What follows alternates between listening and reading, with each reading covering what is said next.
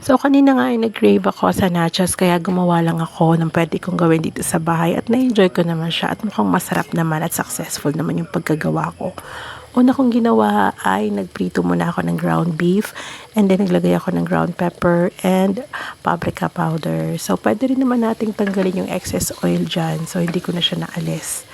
So, pagkatapos niya, nilagyan ko siya ng iba pang pampalasa. Naglagay ako ng garlic powder at pwede rin tayo maglagay dyan ng nachos powder na nabibili sa supermarket. Nag-mince din nga pala ako ng bawang and red onions at doon ko ginisa ko siya and then nilagyan ko siya pa ng iba pang pampalasa. So, depende sa inyo kung gusto nyong anghangan, okay lang din na malagyan nyo ng konting sili.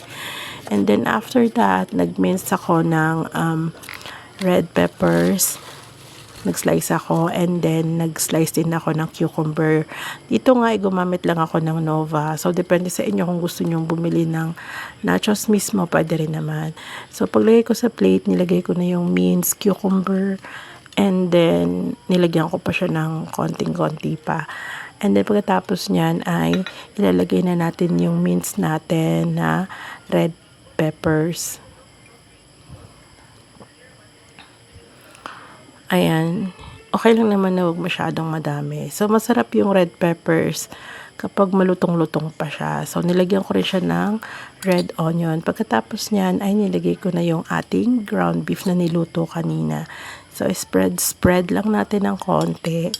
Ayan, ganyan, para pwede rin namang damihan nyo yan. Pero para sa akin, ayoko nang masyadong madami. Sakto na yung,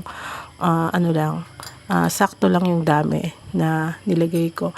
And then after that, ayan, nag-spread ako and then nagluto ako dito ng cheese since walang easy melt cheese dito sa bahay. Ang ginawa ko, nagluto ako ng evaporated milk and then nilagyan ko siya ng grated cheese and then a little bit of salt.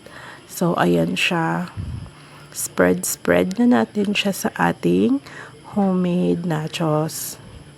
Kung meron naman kayong cheese na yung liquid is mas maganda naman. Ito, ginawan ko lang siya. In-improvise ko lang siya. Okay din naman yung lasa niya dahil meron naman itong cheddar cheese na halo. Pinakuluan ko lang. Nilagyan ko siya ng konting water para mag-melt siya.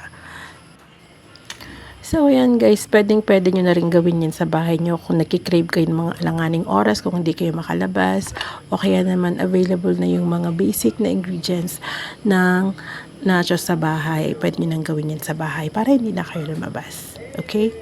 Thank you for watching.